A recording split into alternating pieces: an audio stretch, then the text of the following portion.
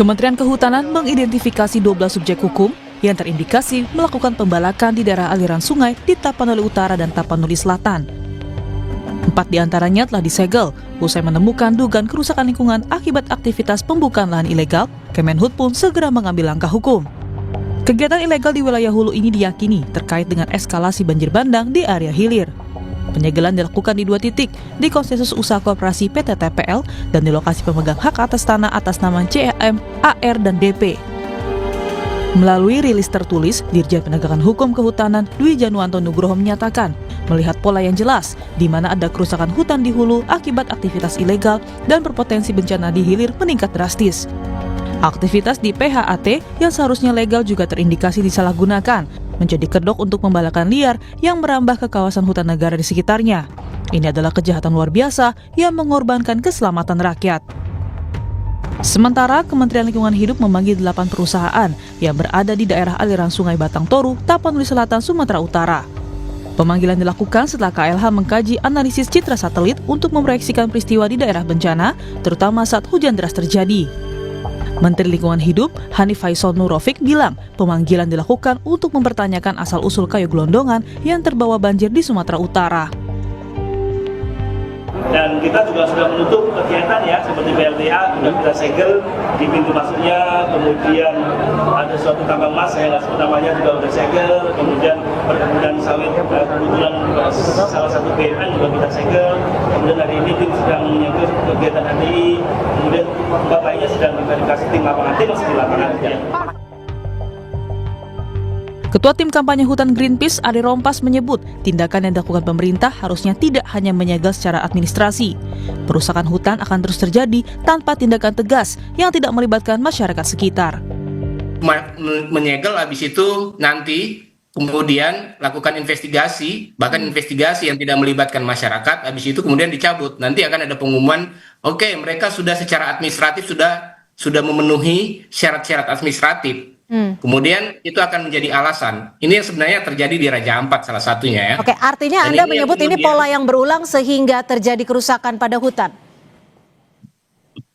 Ya, kalau saya mau bilang sebenarnya ini adalah pola tipu-tipu ala politisi dalam menyelesaikan masalah-masalah lingkungan gitu ya. Karena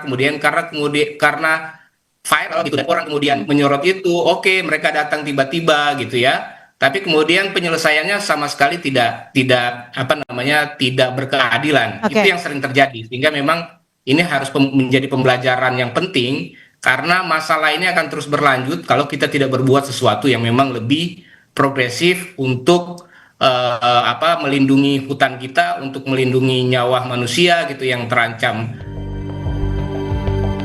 Publik pun berharap tindak nyata pemerintah dalam mengusut kerusakan lingkungan yang memicu banjir di Sumatera serius dilakukan, tidak hanya sekedar penyegelan semata. Tim Liputan, Kompas TV. 2 pekan banjir Sumatera, pemerintah didesak segera mengusut tuntas dugaan kerusakan lingkungan yang menjadi pemicu banjir Sumatera. Kemenhub bilang ada 12 subjek hukum yang terindikasi melakukan pembalakan hutan. Lalu apakah langkah pemerintah ini bisa segera atasi cepat kerusakan lingkungan di Sumatera? Apa sebenarnya yang bisa dilakukan agar fungsi hutan perlahan kembali pulih? Kita akan bahas bersama manajer kampanye hutan dan kebun Walhi Nasional, Uli Artasiagian. Selamat pagi Mbak Uli. Selamat pagi Mas. Terima kasih Mbak Uli sudah bergabung di Dialog Sapa Indonesia Pagi, dan juga kami sudah mencoba menghubungi Kementerian Lingkungan Hidup dan Komisi 4 DPR RI, namun hingga pagi ini belum respons. Mbak Uli, kita to the point aja. Apakah betul ini seperti kata pernyataan Walhi, ini bencana ekologis karena kerusakan hutan sebenarnya ketimbang bencana alam? Ya, ini benar ya, sebagai satu bentuk bencana ekologis karena memang ada faktor besar dari kerusakan hutan dan juga ada faktor besar dari krisis iklim gitu. Dan kita tahu juga krisis iklim ini dipengaruhi oleh krisis ekologis ya. Dan ketika krisis iklim dia bersatu dengan krisis bentang hutan gitu ya di wilayah daratan, maka dia mengakibatkan satu bencana yang daya rusaknya sangat besar sekali. Nah, poin pentingnya adalah dalam konteks kerusakan hutan dan juga krisis iklim, ada intervensi besar kapital di sana. Karena apa? Karena ada perubahan bentang-bentang hutan dan lahan kita yang terjadi dalam skala masif, dan juga ada pelepasan emisi dalam skala yang besar, dan itu juga pelepasan emisi itu dihasilkan dari perubahan bentang hutan, perubahan bentang lahan, penggunaan lahan, dan juga kemudian pembakaran fosil di industri-industri, dan juga kemudian pembangkit listrik tenaga uap batu bara gitu. Jadi semuanya terakumulasi dan semuanya itu adalah hasil intervensi kapital gitu ya, atas nama ekonomi pertumbuhan dan lain sebagainya. Oke, Mbak, dari catatan Wahli, apakah memang dalam skala yang besar sekali atau sebenarnya gimana? Ya, itu terjadi dalam skala yang besar sekali, Bang. Ya, kalau kita merujuk misalnya, apakah memang benar-benar terjadi pembukaan hutan dalam skala yang besar di 3 provinsi itu? Tentunya gambar-gambar yang kita saksikan dari video-video tumpukan-tumpukan kayu yang terbawa arus air sampai ke hilir itu nggak bisa dibantah ya, bahwa ada satu kegiatan pembukaan hutan dalam skala yang besar di wilayah hulu, baik dia hutan maupun wilayah daerah aliran sungai di 3 provinsi itu.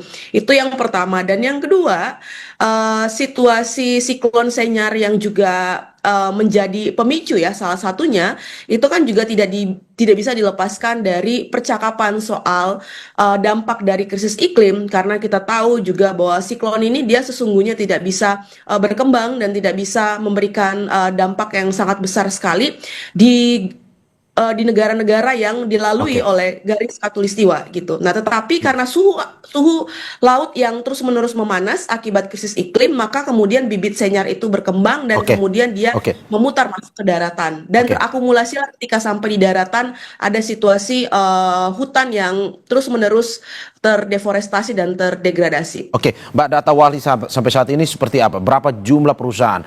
Karena di DPR kemarin Kemenhut bilang ada 12, Kemen-LH bilang ada 8. Sebenarnya ada berapa atau lebih banyak dari itu sebenarnya? Ya, tergantung sebenarnya mereka itu membaca datanya menggunakan basis apa ya, Bang ya. Dan ini membuktikan bahwa juga di negara kita ini problem data dan informasi itu juga masih jadi problem yang besar gitu.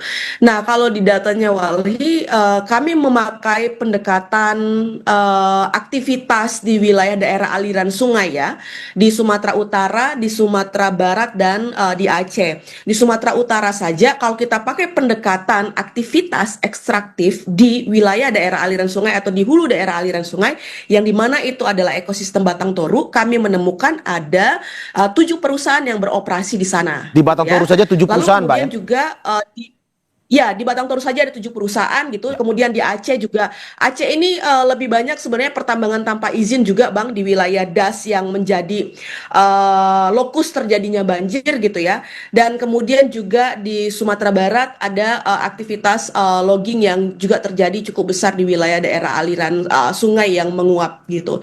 Nah, kalau kemudian kita lihat ya pernyataan beberapa hari ini, Kementerian Kehutanan misalnya sudah menyegel 7 subjek hukum. Subjek hukum ini sebenarnya bukan hanya perusahaan, Bang, gitu. Jadi kalau misalnya dia memakai frasa atau kementerian memakai frasa subjek hukum, itu bukan hanya perusahaan, tetapi pihak-pihak lain, individual pemegang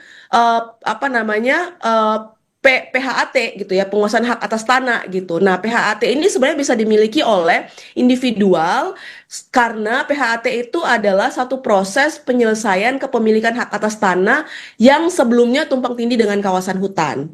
Gitu. Berarti ada perusahaan, ada individual juga ya? Perbedaan datanya gitu. Berarti ada perusahaan, ada individual juga yang akhirnya menyebabkan kerusakan hutan di wilayah Sumatera ini? Ya. Ada individual, tetapi saya yakin ini juga pemilik modal yang sangat besar, karena kalau kita lihat ya data dan juga membaca berita yang beredar gitu ya, terkait dengan entitas subjek hukum pemegang PHAT ini kan mereka punya lahan yang luasnya itu cukup besar ya, mulai dari 10 hektar sampai kemudian 20 hektaran gitu. Oke, Mbak Uli, kalau dari catatan Walhi sebenarnya memang apakah ini baru berlangsung beberapa tahun atau sebenarnya sudah lama terjadi? Kalau kita melihat izinnya itu sudah lama ya Bang ya, penerbitan izinnya. Tetapi kalau kita melihat aktivitasnya itu dia berangsur-angsur. Jadi ada memang kegiatan yang kemudian itu baru berlangsung atau kemudian dia sudah berlangsung beberapa tahun gitu. Nah, misalkan saja saya mau memberi contoh ya, PT Agincourt ya, ketika kami melihat dampak dari pembukaan lahan yang mereka lakukan gitu ya. Kami menghitung ada kehilangan tutupan hutan seluas 300 hektar dan kemudian juga mereka membuka lahan seluas 583 hektar untuk fasilitas tiling gitu ya, termasuk penebangan 185.884 pohon gitu ya. Terus kemudian juga ada PT NSHE yang sampai saat ini juga saya tidak tahu apakah sudah dilakukan pemeriksaan, tapi setidaknya dia belum masuk ke dalam list yang kemudian disegel sementara gitu ya. Ada 350 hektar natural forest atau hutan alam yang hilang gitu. Jadi kalau melihat jumlah ini ya, bisa jadi kemudian dia maksudnya terjadi bukan juga dalam jangka waktu dekat ini, tetapi misalnya mungkin bisa sudah dari tahun sebelumnya atau 2 tahun sebelumnya gitu. Jadi aktivitasnya sangat beragam. Mbak Uli, Anda mau bilang bahwa apa yang mereka usahakan di hutan-hutan yang sebenarnya dilindungi dan tidak boleh ditebang, begitu seperti itu? Iya, benar. Berarti ini ilegal dong? Tapi itu secara legal, Bang. Jadi negara secara legal dalam arti diberikan izinnya oleh diberikan izinnya. negara. Iya, oleh negara melalui kementerian-kementerian terkait ya. Misalnya dia pemegang izin tambang, artinya ada kewenangan pemberian izin dari ESDM kepada perusahaan tersebut agar dia bisa melakukan aktivitas tambang. Dan kalau misalnya wilayah itu sebelumnya adalah hutan gitu ya, dan sekarang misal berubah menjadi statusnya bukan kawasan hutan negara gitu ya, maka ada proses pelepasan kawasan hutan di sana, ada proses perubahan kawasan hutan di sana gitu. Jadi ini sebenarnya lintas kementerian yang nggak bisa hanya dikerjakan oleh satu menteri sendiri, tetapi kemudian ini perlu ya kerja-kerja lintas kementerian lainnya yang punya kewenangan di beberapa izin yang ada di sana. Dari investigasi Anda, kalau memang ini adalah hutan yang dilindungi sebenarnya dan atau diberikan izin kepada orang tersebut, apakah mungkin sebenarnya orang ini punya koneksi ataupun sebenarnya orang yang memiliki ya kenalan atau bahkan bila perlu kita bisa bilang kemarin ya pejabat lah mungkin yang memiliki perusahaan tersebut? Iya, tidak salah kalau kita berasumsi begitu ya, karena kita melihat tidak ada proses penegakan hukum yang kuat ketika kemudian terjadi beberapa pembukaan hutan gitu ya. Lalu kemudian juga kami juga pernah melaporkan atau mengadvokasi ya beberapa perusahaan yang ada di sana gitu ya. Nah, tetapi menurut saya inilah yang harus dibuktikan oleh instansi kenegaraan yang berwenang. KPK, Kejaksaan Agung harus kemudian juga bekerja untuk memastikan tidak ada indikasi korupsi atau nepotisme di balik pemberian izin ataupun di balik aktivitas kegiatan eksploitasi di sana gitu. Jadi memang jawabannya itu sebenarnya harusnya keluar dari pengurus negara agar kemudian publik tidak berasumsi lebih banyak dan lebih jauh. Nah, itu yang harus dijawab sebenarnya. Berarti bukan soal siapa, tetapi bagaimana caranya bisa mendapatkan izin itu ya berarti Mbak ya? Iya benar, jadi bagaimana mendapatkan izinnya, lalu kemudian apakah di sana ada pelanggaran, kalau kemudian di sana ada pelanggaran dan tidak ada penegakan hukum, berartinya ada sesuatu yang terjadi di ruang-ruang gelap itu, sehingga tidak terjadi penegakan hukum yang memang memastikan perlindungan hutan dan keselamatan rakyat. Saya kemarin dari informasi yang beredar bahwa sudah ada penghentian operasional 4 perusahaan dan permintaan audit lingkungan. Ini telah diputuskan oleh Menteri Lingkungan Hidup. Menurut Anda sudah tepat atau sebenarnya masih kurang dari apa yang dilakukan oleh Menteri Lingkungan Hidup ini? Iya, masih kurang ya. Selama kemudian proses penyelesaian itu tidak menjawab Ya. hak masyarakat di sana, tidak menjawab perlindungan lingkungan, maka tidak ada yang benar-benar final dan selesai gitu ya dari proses penegakan hukum yang dilakukan. Penyegelan itu kan hanya langkah awal. Ya, dan negara kita atau kementerian kita itu sering sekali menyegel satu perusahaan, tapi berhenti di sana, tidak dilanjutkan dengan upaya-upaya penegakan hukum lainnya. Misalnya pencabutan izin, penagihan tanggung jawab pemulihan. Kalau misalnya di sana ada indikasi pidana lingkungan, maka itu kemudian juga harus diselesaikan secara mekanisme hukum yang berlangsung. Sampai kemudian ya masyarakat di sana itu bisa mendapatkan hak mereka kembali gitu ya untuk kemudian menikmati lingkungan hidup yang baik dan sehat. Itu Oke, adalah hak asasi manusia. Pauline, yang Anda mau bilang bahwa kalau negara. penghentian sementara ini tidak diawasi oleh pemerintah, kemungkinan ke depan akan ada penebangan hutan lainnya lagi ya dari perusahaan yang sama ataupun perusahaan berbeda. Ya. Benar. Kalau misalnya tidak ada perubahan ya. Jadi Bang sebenarnya kita itu kan sudah punya banyak sekali peta-peta. Satu peta rawan bencana, wilayah-wilayah mana saja yang itu rentan karena dia punya potensi bencana yang besar gitu ya. Dan harusnya wilayah-wilayah seperti itu tidak diubah, tidak dialihfungsikan. Begitu juga dengan hutan. Kita tahu ekosistem Batang Toru, Leuser, dan berbagai ekosistem lainnya yang berada di bentang Bukit Barisan itu adalah ekosistem yang penting dan genting karena secara tipologi dia memang terjal dan lain sebagainya. Itu nggak boleh dieksploitasi, tetapi justru kemudian landscape itu yang sekarang menjadi sasaran ekspansi izin gitu. Nah kalau nggak ada perubahan, nggak ada proses evaluasi mendasar untuk memastikan Bukit Barisan dan ekosistem di dalamnya itu bisa terlindungi dari eksploitasi atas sumber daya alam, maka nggak akan ada perubahan yang benar-benar menjawab keselamatan, keadilan, dan hak masyarakat yang ada di sana gitu. Oke, saya coba mengambil data juga dari lembaga lainnya, dari Jatam ini bilang konsesi lahan ini bukan hanya soal penebangan hutan, tapi juga pertambangan dan lain-lain. Dan sampai saat ini katanya ada 551 perusahaan yang telah mendapatkan konsesi untuk melakukan tambang. Wali mendengar juga seperti itu atau bagaimana? Iya, jadi itu yang saya bilang tadi Bang, aktivitas di sana itu beragam. Penebangan pohon itu misalnya hanya salah satu izin saja ya, PBPH sekarang, dan itu kewenangan di Kementerian Kehutanan. Tetapi kemudian ada izin-izin lain, bukan hanya tambang, tetapi ada hak guna usaha untuk perkebunan monokultur sawit gitu ya. Maka sebenarnya tanggung jawab kepada ATR BPN itu juga harus ditagihkan gitu ya. Nah, land clearing atau penebangan pohon itu hanya salah satu aktivitas di awal misalnya untuk melakukan aktivitas pertambangan untuk membuka lahan menjadi perkebunan gitu. Jadi ada memang izin yang memang untuk melakukan logging atau menanam HTI misalnya hutan tanaman industri gitu ya, atau jenis kayu-kayu monokultur lainnya. Tetapi kemudian ada juga aktivitas logging itu yang menjadi tahap awal atau land clearing untuk membuka tambang, untuk membuka perkebunan monokultur sawit. Nah, itu yang kemudian harus benar-benar dicek, dilakukan evaluasi terhadap beberapa izin yang mereka pegang gitu ya. Tadi kayak saya bilang tambang itu yang beroperasi di sana, mungkin dia punya izin pinjam pakai atau kemudian izin pelepasan kawasan hutan. Kewenangannya ada di Kementerian Kehutanan. Tetapi izin usaha pertambangan itu kewenangannya ada di ESDM gitu. Nah, kedua kementerian ini harusnya melakukan evaluasi sesuai dengan kewenangannya masing-masing untuk izinnya masing-masing gitu. Dan itu yang belum kita lihat sampai sekarang. Oke, berarti memang harus ada sinergi sebenarnya antara dua kementerian ataupun kementerian terkait. Ini berkaitan soal apa yang sebenarnya terjadi di Sumatera itu ya, bukan hanya soal penebangan hutan, tapi juga ada konsesi-konsesi lain yang diperuntukkan untuk bisa merusak lingkungan itu ya. Benar. Jadi harus ada yang memoderasi ya.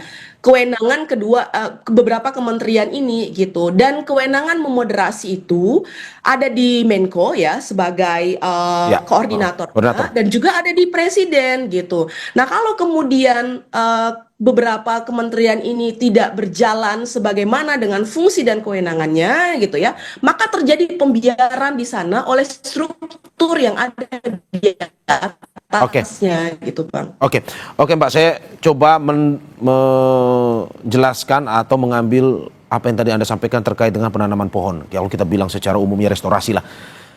Siapa yang harus bertanggung jawab terhadap restorasi? Apakah pemerintah yang memberikan izin atau mereka yang mendapatkan izin konsesi ini? Karena ya seperti yang Anda bilang tadi, bahwa ini berada di daerah hutan lindung, tapi pada akhirnya tiba-tiba kok diberikan izin. Nah, siapa yang sebenarnya bertanggung jawab? Ada dua yang harus bertanggung jawab. Satu itu ya pengurus negara ya, sebagai otoritas yang diberikan mandat atau kewenangan untuk melindungi wilayah tersebut dan mengelola wilayah tersebut. Yang kedua adalah korporasi yang diberikan hak pengelolaan ya terhadap satu kawasan gitu ya. Jadi dua institusi ini atau dua entitas ini punya tanggung jawab untuk memulihkan kembali kawasan tersebut gitu. Tetapi yang penting juga saya highlight begini Bang, jangan selalu kerja-kerja untuk reboisasi atau pemulihan hutan itu hanya dilekatkan tanggung jawabnya kepada negara gitu ya, dengan tidak menagihkan tanggung jawab dari korporasi. Padahal sangat jelas di undang-undang sektoral yang mengatur baik itu undang-undang mengenai hutan, lingkungan hidup dan lain sebagainya, ada tanggung jawab yang melekat dari pemegang izin untuk melakukan pemulihan terhadap wilayah yang mereka kelola melalui izin yang diberikan gitu. Nah, kalau misalnya itu benar jelas-jelas melekat tanggung jawabnya, maka di sanalah tugas pengurus negara untuk menagih pertanggungjawaban itu gitu. Kalau misalnya kerja-kerja pemulihan kawasan hutan, reboisasi dan lain sebagainya harus terus-menerus dilakukan melalui anggaran negara gitu ya, maka ada juga kemudian anggaran-anggaran yang itu berasal dari rakyat gitu ya, yang kemudian juga dipakai untuk memulihkan itu. Ya kita juga nggak apa-apa gitu ya, kalau uang kita dipakai untuk pemulihan gitu ya. Tetapi kalau uang itu dipakai untuk memulihkan satu wilayah yang dirusak oleh korporasi, ya tentunya kita nggak mau. Makanya kita mendorong harus ada proses penagihan tanggung jawab itu. Karena itu jelas disebutkan dalam undang-undang. Dan Anda melihat peran korporasi dalam memulihkan atau restorasi hutan ini masih sangat minim ya?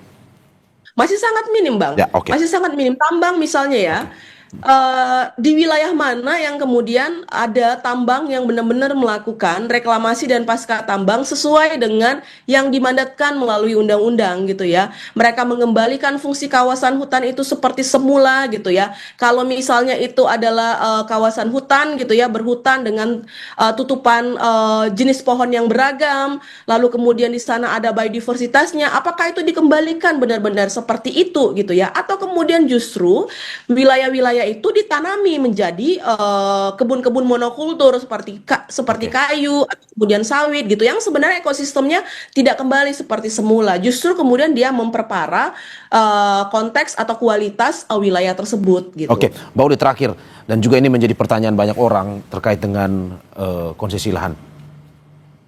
Perlu diberikan konsesi lahan ke depan atau izin untuk menambang atau tidak sebenarnya? Bukan hanya di Sumatera, tetapi daerah-daerah mungkin yang prioritas bencana. Kenapa? Karena ada pro kontra misalkan. Di satu sisi ada yang pro terhadap, ya haruslah kita bisa memanfaatkan hasil alam. Tapi di satu sisi ada yang kontra juga, bahwa tidak mungkin ada lingkungan yang kembali sembuh kalau sudah diberikan izin konsesi. Nah, kalau menurut Anda, perlu ada pertambangan, penebangan hutan ke depan atau sebenarnya tidak? Kami mendorong sebenarnya moratorium permanen, Bang. Karena apa? Begini, jumlah izin di negara kita itu puluhan ribu. Ya, sedangkan sumber daya pengawas untuk mengawasi itu jauh lebih sedikit ya. Perbandingannya jauh sekali. Mungkin satu orang pengawas itu kemudian akan mengawasi ya ratusan atau bahkan ribuan izin gitu ya. Nah, pertanyaannya adalah sejauh mana kemampuan pengawasan kita gitu ya untuk mengawasi jumlah izin yang sudah sangat banyak itu gitu ya. Nah, itu pertanyaan pertama. Sementara kita juga tidak melengkapi atau menjembatani kekurangan sumber daya kita untuk mengawasi atau memantau itu dengan kemampuan teknologi gitu ya. Nah, dari sana saja kita sudah bisa mengambil kesimpulan bahwa izin yang banyak ini ya itu nggak mampu diawasi oleh pengawas kita yang terbatas. Kalau izin diberikan lagi, itu adalah sesuatu tindakan yang sudah pasti tidak bisa dikontrol oleh pengurus negara kita, oleh orang-orang yang diberikan kewenangan ya tugas tanggung jawab untuk memantau izin-izin yang diberikan gitu. Itu yang pertama menjadi alasan kenapa kemudian kami mendorong moratorium permanen. Yang kedua ya, terhadap izin-izin yang ada sekarang, yang eksis sekarang ya, itu yang kemudian harus didekati dengan proses evaluasi audit dan penegakan hukum gitu. Kalau kemudian itu dilakukan oleh pengurus negara, maka ada perubahan yang yang membaik ya dari waktu ke waktu dalam konteks tata kelola kita. Kalau misalnya tadi tanggung jawab itu dilakukan oleh pengurus negara. Yang mau saya bilang adalah moratorium permanen itu menjadi hal yang penting untuk dilakukan karena fungsi-fungsi pengawasan itu tidak mampu dilakukan oleh pengurus negara dengan aparatur yang sedikit, sedangkan teknologi itu juga tidak dimanfaatkan. Gitu. Oke, Mbak Uli, bahwa pengawasan, penegakan hukum harus lebih digalakkan lagi ke depan sehingga kejadian seperti ini tidak terulang lagi. Terima kasih Manajer Kampanye Hutan dan Kebun Walhi Nasional, Uli Artasiagian, atas apa yang disampaikan. Sehat-sehat Mbak Uli. Terima kasih banyak. Sama-sama ya. Saudara jangan kemana-mana. Sapa Indonesia Pagi akan segera kembali dengan informasi lainnya. Salah satunya kami akan ajak Anda